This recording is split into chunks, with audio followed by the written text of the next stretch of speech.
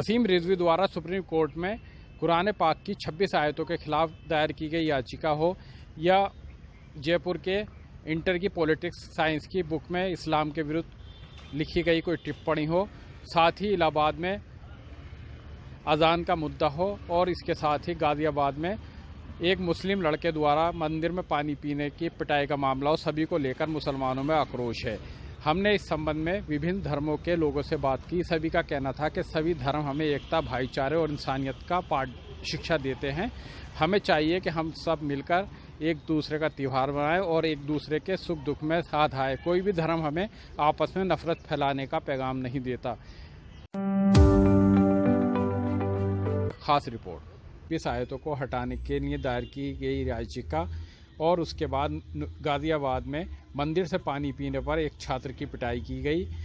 इसके साथ ही राजस्थान की पॉलिटिकल साइंस की इंटर की बुक में इस्लाम धर्म को आतंकवाद से जुड़ा हुआ बताया गया। इसी सभी मुद्दों को लेकर हम महानगर के पादरी पॉल सरस्वत से बात करते हैं कि उनका इस पर क्या कहना है कि जनता को ये भड़काया जा रहा है, क्या किया जा रहा है, क्या कहना है उनका, जानते हैं। पहले आप सबको नमस्कार कहता हूँ और मैं इस विषय में कहना चाहूँगा कि ये तो शिया बोर्ड के अध्यक्ष, पूर्व अध्यक्ष भी रहे हैं और शिया बोर्ड ज़्यादा पढ़ी लिखी जमात है, तो उनको पाक कुरान शरीफ का अच्छा ज्ञान होना चाहिए था और बजाय इसके कि वो जाने किस लालच में या शासन और प्रशासन को अपने फेवर में लेने के लिए, गुनाहों से बचने के लिए ऐसा सुप्रीम कोर्ट में दरखास्त लगा दी कि 26 आयतें पाक कुरान शरीफ में गलत हैं, इनको निकाल दिया जाए।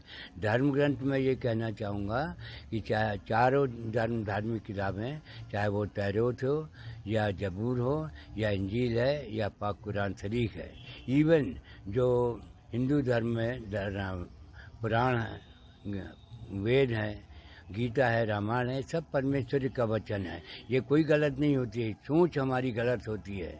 तो हम किस तरीके से सोचते हैं ये गलत भावना है। पाक कुरान शरीफ गलत नहीं है, इसलिए मेरी दरख्वास्त है सुप्रीम कोर्ट से कि इनके पूर्व अध्यक्ष महोदय की शिया बोर्ड के जो हैं, शिया समुदाय के, इनकी दरख्वास्त को खारिज कर दिया जाए, उसके ऊपर विचार बिल्कुल नहीं किया जाए। ये भी मैंने भी यहाँ अखबार में पढ़ा था, हिंदुस्तान अखबार में भी और अमर उजाला में भी छपा था, हमारे यहाँ दोनों अखबार आते हैं। और मुझे बड़ा ताज्जुब हुआ कि मंदिर का पुजारी होकर के, परमेश्वर का भय मानने वाला, परमेश्वर का भक्त होकर के ये जातिवाद मानता है। परमेश्वर तो समस्त जाति का है, वो परमेश्वर ही नहीं है जो केवल एक जाति का हो। तो मंदिर, मस्जिद, गिरजा, गुरुद्वारा, that is public worship place. The way of worship should be according to their faith, लेकिन वो पब्लिक वर्शिप प्लेस है। और प्यासे के लिए पुराना है, हिंदुस्तान में भी प्याऊ लगाई जाती रही। और एक बच्चा, अब वो इत्तेफाक है कि मुस्लिम का बच्चा है, उस बच्चे का गुनाह थोड़ी है कि वो मुस्लिम क्यों बना। तो वो बच्चे को प्यास लगी और उसने मंदिर के पास एक नल देखा, वो नल पे पानी पीने चला गया।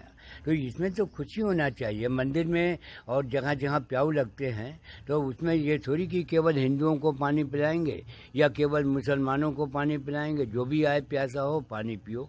ये हवा, पानी, सूर्य की रोशनी, ये ईश्वरीय वरदान है, ये इंसान का नहीं है। और ईश्वरीय प्रोडक्ट हैं, वो हर एक के लिए होने चाहिए। वो पुजारी ने बहुत गलत काम किया। मेरे ख्याल है वो पुजारी नहीं है, पेट पुजारी है, पेट की पूजा करने वाला है, ईश्वर का भय मानने वाला नहीं है। और उसने बालक को मारा, ऐसा नहीं होना चाहिए था। और आम जो बुजुर्ग थे वहाँ के, उनको समझा करके और पादरी को रोक देना, वो पुजारी को रोक देना चाहिए था और उसको कड़ी से कड़ी सजा दी जाए। वो किसी मजहबी मामला न लगाएं, बल्कि प्याऊ हर एक के लिए, मंदिर, मस्जिद, गिरजा, गुरुद्वारे की सेवाएं सब के लिए है। जो प्राइमरी स्कूल है नहीं, वो विश्वविद्यालय है। बड़े पढ़े लिखे लोगों के, वहाँ के प्रोफेसर, वहाँ के सारा स्टाफ PhD किया हुआ होता है। और वो क्या अन्य धर्मों का अध्ययन नहीं करे हुए हैं, क्या धार्मिक स्टडी नहीं करे? और कोई भी मजहब में ऐसी बातें नहीं है। हाँ, जो उन्होंने कहा, ये भी बातें अखबार में आई थी, मैंने भी उसको पढ़ा। उन्होंने जो उसको तर्जुमा किया है वो बिल्कुल गलत किया है।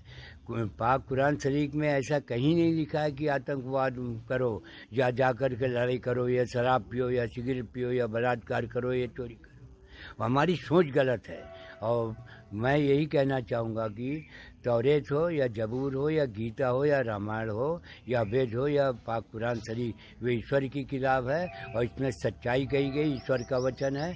हम उसको अच्छा अगर सही तरीके से पालन करेंगे तो हमारे परिवार में, हमारे देश मोहल्ले में, हमारे देश में, हमारे शहर में, विश्व में शांतिपूर्ण स्थिति कायम होगी। और भारतवर्ष आज इसीलिए विश्व में एकमात्र देश है भारतवर्ष जहाँ सब धर्मों का सम्मान किया जाता है। लेकिन इसी तरक्की को देखते हुए कुछ विदेशी ताकतें हैं जो खुद तो नहीं करती लेकिन हमारे मुल्क के लोगों को उल्टा सीधा सलाह दे करके कह देती हैं, और वो लोग उल्टा बोलते हैं अपना नाम छपाने के लिए, टीवी में आने के लिए या शासन और प्रशासन को खुश करने के लिए। इस समय बीजेपी की सरकार है तो ज़्यादातर लोग मुसलमानों की खिलाफत करते हैं। ऐसा नहीं होना चाहिए, सब धर्मों को समान सम्मान दें, यही मेरी विचारधारा है। जय हिंद, जय भारत। आई थी इलाहाबाद यूनिवर्सिटी जहाँ का कि मैं तो हिंदुओं में भी हुआ, अभी कहा जाएगा अभी गोडसे ने गांधी को मार दिया। हिंदू धर्म इन चीज की शिक्षा थोड़ी नहीं देता कि तुम हत्या करो। कोई भी हत्या करता है या वायलेंस करता है उसके लिए मजहब इजाजत नहीं देता, और मैं उसे कंडेम करता हूँ, और मजहब को शामिल नहीं करना चाहिए। और ये देश सेकुलर है, सेकुलर रहेगा, ठीक है। इस देश में नादिर साहब भी आया, लूटपाट करके गया। अहमद साहब अब्दाली आया, लूटपाट करके गया। इस देश से तैमूर लंग आया, उसने मारकाट करी। भाई इन्होंने तो मारकाट करी और लूटपाट करी, किसके रीजन में करी है? तब सल्तनत मुसलमान की थी, तो हिंदू मुसलमान का मसला नहीं है। ये तो लुटेरों का सत्ता का खेल है और मजहब को यूज करा जाता है। दूसरी तरफ उनकी चर्चा क्यों नहीं, अमीर खुसरो की चर्चा क्यों नहीं होती है? मियां मीर की चर्चा क्यों नहीं होती है? रसखान की चर्चा देश में क्यों नहीं होती है? रहीम की चर्चा क्यों नहीं होती देश में? कबीर की चर्चा क्यों नहीं होती इस देश में? नानक की चर्चा क्यों नहीं होती इस देश में? आप देश में चर्चा क्या करना चाहते हैं? भाई देश का अगर मन खराब होगा तो अमन नहीं रहेगा। हिंदू मुसलमान के मनों को हमें ठीक करना है, और ये मुहिम हमें चलानी पड़ेगी नॉन पॉलिटिकल तरीके से। सत्ता पे बैठे हुए तो गढ़ लगा दे, हम सत्ता पे कैसे आ जाए? कहीं जाति के नाम पे, कहीं मजहब के नाम से, मैं कहीं पार्टी के नाम नहीं ले रहा हूँ, ऑल आर रिस्पॉन्सिबल। और कहीं धर्म का यूज हो, धर्म का कर लेंगे। ये तो हमें आपको तय करना है, आम आदमी को तय करना है कि देश को किधर ले जाना है। और देश में इस समय एक लीडरशिप के क्राइसिस से गुजर रहा है, यह नेतृत्व के संकट से गुजर रहा है, जो देशव्यापी नेतृत्व हो, जिससे सब लोग स्वीकार करें। और देश को जोड़ने वाला नेतृत्व चाहिए इस समय देश को, बहुत जरूरत है। मुझे अभी दिख नहीं रहा वो नेतृत्व जब तक निकल के नहीं आएगा, ये सब चीजें घटित होंगी। अब मैं कहूँ भाई सूफियों ने बहुत काम करा है यहाँ पे। आज हम रंग गाते हैं, छाप तिलक, पिया पियू की बात करते हैं, प्रेम की बात सूफियों ने करी, वही बात कबीर ने करी, वही नानक ने करी। तो इनके प्रति नफरत क्यों नहीं है? हम किसी बादशाह को उठाएंगे, वो अपनी सत्ता को महफूज रखने के लिए धर्म का सहारा लेता है, चाहे वर्तमान राजनीति में हो रहा हो, चाहे इतिहास में हुआ। रूप बदल गया, डेमोक्रेसी आ गया, तब किंगडम था। तो हमें वो जो रहा है सूफी वाली, कलंदर वाली, संतों वाली, उसमें हिंसा नहीं है। आज मजारे हैं, उसे हिंदू भी चाहता, मुसलमान भी चाहता। आज देवा शरीफ जाइए, हिंदू मुसलमान सब जा रहे हैं। आप अगर अमीर खुसरो को सब हिंदू मुसलमान सब गाते हैं, उनकी कव्वालियाँ, उनकी ठुमरी, उनके गीत जनता गाती है। तब कम्युनलिज्म क्यों नहीं होता? ये आर्टिफिशियल मुद्दे पैदा करे जा रहे देश में। अभी एक घटना और हुई कि एक मुस्लिम बच्चा मंदिर में पानी पीने गया, उसकी पिटाई कर दी। बड़ा आश्चर्य लगा हमें तो ये देश। और दुर्भाग्य ऐसी घटना दिखानी नहीं चाहिए मीडिया में। भाई यही वो देश है जब करबला की जंग हुई, उनकी राजकुमारी अब भागकर हिंदुस्तान आई, हमने उसे शरण दी, और वो स्पेन नहीं भागी, वो अफ्रीका नहीं भागी, मिस्र नहीं भागी, वो हिंदुस्तान है। हम तो दया करने वाले अहिंसक लोग हैं। महावीर की परंपरा को, गांधी की परंपरा को, सरमत की परंपरा को मानने वाले हैं। हिंसा, चूंकि इस देश में का मन खराब हो जाए, जो मूल कि इस्लाम आतंकवाद की शिक्षा देता है, शुरू से इस तरह की बातें करने लगे। इस्लाम आतंकवाद की शिक्षा देता है, इस्लाम, अब कुछ लोगों ने आज लिख दिया इस्लाम वॉज स्पिरिट विद स्वॉर्ड्स, इस्लाम तलवारों से फैलाया गया, जबकि ये सिर्फ प्रोपेगंडे हैं। सच्चाई ये है कि हमारे नबी सल्लल्लाहु अलैहि वसल्लम ने अमन व अमान का सबक दिया, सुलह, अमन और शांति का पाठ पढ़ाया। जियो और जीने दो का पहला फार्मूला नबी ने पेश किया। अहिंसा का पहला पाठ पूरी मानवता को मुस्तफ़ा जान रहमत ने पढ़ाया। सबका साथ सबका विकास, ये पहला नारा सरकार सल्लल्लाहु अलैहि वसल्लम ने लगाया। लिव एंड लेट लिव, ये मुस्तफ़ा जान रहमत सल्लल्लाहु अलैहि वसल्लम का नारा है। कोई बता नहीं सकता पूरी दुनिया में कि हुजूर सल्लल्लाहु अलैहि वसल्लम, प्रोफेट ऑफ इस्लाम सैयदना मोहम्मद रसूलुल्लाह सल्लल्लाहु अलैहि वसल्लम ने कोई ऑफेंसिव वार की हो। बद्र का बैटल हुआ, ऑफेंसिव था। ओहद का ऑफेंसिव था। हुनैन का ऑफेंसिव था। यानी डिसबिलीवर्स ने कभी अबू जहल को ले जाके, कभी किसी और को ले जाके मुस्तफ़ा जान रहमत पे हमला किया है। हमारे नबी सल्लल्लाहु अलैहि वसल्लम ने उन हमलों का जवाब दिया है। इसलिए ये नहीं कह सकते कि इस्लाम आतंकवाद का धर्म है, बल्कि इस्लाम तो बेफज़लिही ताला लोगों के ज़मीर और लोगों के दिल मानते हैं इस बात को। आप पढ़ कर देख लीजिए, डॉक्टर माइकल हार्ट को पढ़ कर देख लीजिए, बहुत सारे यहूदियों ईसाइयों की किताबें पढ़ कर देख लीजिए। एक इंग्लिश थिंकर ने तो यहाँ तक कह डाला कि इस्लाम में 5 हर्फ हैं, ISLAM। कहता है I for I, S for shell, L for love, A for always, M for mankind। कहता है इस्लाम के alphabet ISLAM, I shall love always mankind। मैं हमेशा इंसानियत से प्यार करता रहूँगा, मैं हमेशा सदा मानवता से प्रेम करूँगा। तो हमारे नबी सल्लल्लाहु अलैहि वसल्लम ने वो सबक सिखाया अपने ग़ुलामों को कि उन्होंने ना यहूदी देखा, ना ईसाई देखा, ना मुस्लिम देखा। जहाँ खिदमत की ज़रूरत थी वहाँ खिदमत की। ये कहा कि पड़ोसी को तकलीफ़ ना हो, ये नहीं कहा कि पड़ोसी का मज़हब पूछो। आप सल्लल्लाहु अलैहि वसल्लम ने कहा भूखे को खाना खिलाओ, ये नहीं कहा कि भूखे से उसका धर्म पूछो। और आपने फरमाया कि प्यासे को पानी पिलाओ, ये नहीं कहा कि प्यासे का पहला धर्म, उसका नज़रिया और उसका इज़्म पूछिए। बखुदा ऐसा पूरे इस्लाम और पूरे कुरान में नहीं है। आज जो हमारे साथ मुसलमानों के साथ ये हो रहा है कि गाज़ियाबाद में हुआ मिसाल के तौर पे कि एक बच्चा पानी पीने के लिए मंदिर में चला गया, ज़दोकोफ कर दिया गया, खूब मारा गया, खूब पीटा गया। 12 साल का बच्चा, मासूम बेगुनाह बच्चा, कोई कसूर है, पानी पीने के लिए गया था। तो पानी पीने वालों से कोई ये पूछते होंगे धर्म, खाना खाने वालों से ये पूछते होंगे धर्म। हमारे इस्लाम में भूखे से धर्म नहीं पूछा जाता, प्यासे से धर्म नहीं पूछा जाता। हमारे इस्लाम का तो ये कानून है कि हमारे नबी सल्लल्लाहु अलैहि वसल्लम के एक सहाबी ने एक यहूदन लड़की को 4 गुंडों से निजात दिलाने के लिए बाकायदा जंग लड़ी और अपनी जान की कुर्बानी दे दी। एक यहूदन लड़की, बीवी ने कहा कि ये मुसलमान नहीं है, आप इसके लिए अपनी जान जोखिम में डाल रहे हैं, बेटी मुसलमान नहीं है ये। तो उन्होंने कहा था कि बेटी तो है, चाहे बेटी किसी की भी हो, हमें ऑर्डर मिला है हमारे नबी का कि हम बेटियों की इज्जतें बचाएं। ये इस्लाम का सबक है।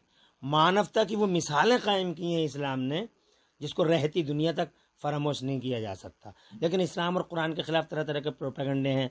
अब ये जालिम नाहंजार वसीम रिजवी, जिसे कहते हैं वसीम रिजवी, लईन है, इतना बड़ा नाहंजार आदमी है। अल्लाह का अज़ाब देखो कि वो पूरे घर बार ने, रिश्तेदारों ने, सब ने इसको छोड़ दिया। और जनाब, मैं ये कहना चाहता हूँ कि आजकल देश में जगह जगह कई प्रकार की घटनाएं, कई प्रकार के विवाद उत्पन्न हो रहे हैं जो हमारे देश को कमज़ोर करते हैं। वास्तव में कोई भी मज़हब हमें नफ़रत नहीं सिखाता। कोई भी मज़हब उठा के देख लो, वो हमें मोहब्बत का पाठ पढ़ाता है, जिसको हम आजकल मज़हब से दूर होकर राजनीति की तरफ बढ़ रहे हैं। जो कुछ लोग अपनी दाल रोटी चलाने के लिए लोगों में नफरत पैदा कर रहे हैं, वो देश के बहुत विरुद्ध है। एकता और प्रेम हमारी संस्कृति है। सिख धर्म के प्रवर्तक गुरु नानक देव जी के 2 शिष्य, एक हिंदू और एक मुसलमान, भाई बालाजी और भाई मर्दाना जी, जिनको साथ लेकर उन्होंने पूरे संसार का भ्रमण किया, प्रेम का संदेश दिया, सेवा का संदेश दिया। इसी तरह परंपरा चली। गुरु गोविंद सिंह जी ने युद्ध मुगलों के खिलाफ नहीं, अत्याचार के खिलाफ किए। अगर उनका युद्ध किसी मुसलमान के खिलाफ या मुगलों के खिलाफ होता तो उनके बॉडीगार्ड और उनकी सेना में सबसे मुख्य 2 जो सेना नायक थे, गनी खां और नबी खां, वो मुसलमान न होते, जो उनके पूरे समर्थक थे और उनके साथ में आखिर तक उन्होंने साथ निभाया। तो ये एक प्रेम का संदेश है। इसी तरह से मुस्लिम धर्म में भी हमारे जो नबी हजरत मोहम्मद सल्लल्लाहु, उन्होंने यही संदेश दिया कि जब तक तेरा पड़ोसी भूखा है, तुझे खाना खाकर तुझे पेट भरने का कोई हक नहीं है। उन्होंने ये कहीं नहीं कहा कि तेरा पड़ोसी हिंदू है या तेरा पड़ोसी मुसलमान है। उन्होंने सिर्फ पड़ोसी शब्द का इस्तेमाल किया। उन्होंने भी सारे संसार में प्रेम और एकता का पाठ पढ़ाया। इसी तरह से क्रिश्चियन धर्म के प्रवर्तक हजरत यीशु मसीह ने भी सारे संसार में प्रेम और एकता का संदेश दिया। आज हम उन संदेशों को भूलते जा रहे हैं।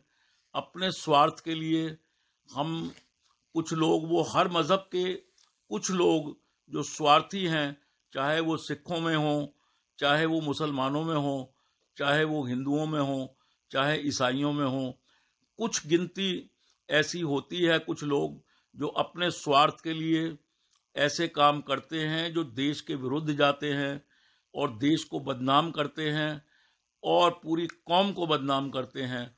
2-4 सिख अगर कोई ऐसा काम करते हैं तो पूरी सिख कौम को खालिस्तानी करार दे दिया जाता है। 2-4 मुसलमान अगर कोई ऐसा काम गलत करते हैं तो पूरी मुस्लिम कौम को आतंकवादी करार दे दिया जाता है। ये गलत है। हमको प्रेम का संदेश उनके बीच में भी फैलाना चाहिए जो आज भटक गए हैं। उन भटके हुए लोगों को अपने साथ में लाके और इस देश में प्रेम और एकता का संदेश दें, जिससे हमारा देश और आगे बढ़े। और जो इस तरह की अफवाहें फैलती हैं मीडिया के थ्रू या इधर उधर, उन पर गौर ना करें। कोई ऐसा व्यक्ति आए तो उसको हम अपने साथ में ला के प्रेम का संदेश दें, चाहे वो मंदिर में हो संदेश, गुरुद्वारे का हो, मस्जिद का हो। हर मज़हब का संदेश एक ही है, प्रेम और एकता। हमारे गुरु गोविंद सिंह जी ने तो यहाँ तक अपनी वाणी में फरमाया कि साच कहूँ सुन ल्यो सभै, जिन प्रेम कियो तिन ही प्रभु पायो। जिसने प्रेम किया उसी ने प्रभु की प्राप्ति की। इसी तरह से हर मज़हब हमें प्रेम का पाठ पढ़ाता है। और जिस दिन हम इन कौमी लोगों, अपनी मज़हब से ऊपर उठकर हर मज़हब के लोगों से प्रेम करना सीख जाएंगे, प्रेम करेंगे, हमारे अंदर देश प्रेम की भावना उत्पन्न होगी और हमारा देश तभी तरक्की करेगा और बुलंदियों पर पहुंचेगा। और सारा संसार जिस तरह से पहले भी भारतवर्ष की तरफ देखता था कि भारतवर्ष प्रेम का संदेश देने वाला देश है, आज थोड़ी बहुत कहीं कुछ ऐसी बातें देश के अंदर चल रही हैं जो बदनाम भी करती हैं। तो हमें आशा करनी चाहिए कि ईश्वर सब पे कृपा करे और उनके अंदर भी प्रेम की भावना, देश प्रेम की भावना भरे, ताकि